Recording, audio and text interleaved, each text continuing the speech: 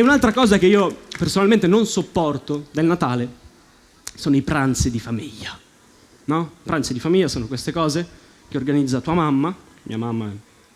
La mamma fa un ragionamento molto semplice, no? Siamo in 8 in casa, invitiamo altre persone, facciamone venire altri, no? E quindi si invitano tutti, fa la rimpatriata e li invita tutti. Si affitta il Molise per fare questi pranzi in famiglia, che si fanno queste tavolate da Campobasso a Isernia, che meriterei un applauso solo per aver citato 2 cazzo di città del Molise, cioè... Voi ridete, ma manco gli abitanti di Isernia sanno di essere molisani, quindi si fanno queste tavolate infinite e a fine pranzo c'è sempre quella zia. Tutti ce l'abbiamo. La zia, quella alta così. Avete presente quella zia? Ce l'abbiamo tutti, quella zia alta così, brutta, molto brutta. Ce l'abbiamo tutti, ce l'avete presente per forza, quella zia alta così, molto brutta, coi baffi.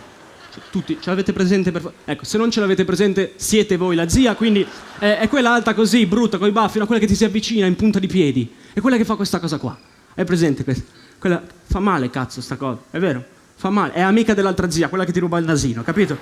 Voi ridete, mia zia me l'ha rubato a 4, me l'ha ridato a 8, io per 4 anni non ho avuto il raffreddore.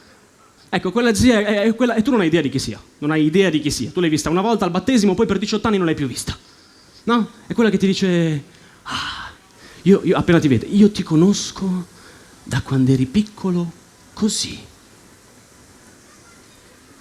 Dici, zia, ma quando cazzo mai sono stato piccolo così esattamente? Ma dopo 18 anni che non la vedi, lei esordisce con una domanda fastidiosa. Come va a scuola? Domanda invadente, domanda veramente, non c'è motivo di porre questa domanda a un 18enne, non che io abbia dei problemi con cioè io studio poco. No dai, non è vero, non studio un cazzo. E faccio un classico, una scuola pubblica che cade a pezzi, che tra l'altro funziona anche al contrario, no? Cade a pezzi, una scuola pubblica, un classico. Questa arriva con calma, mi rendo conto. No, ma vi lascio il vostro tempo perché è giusto.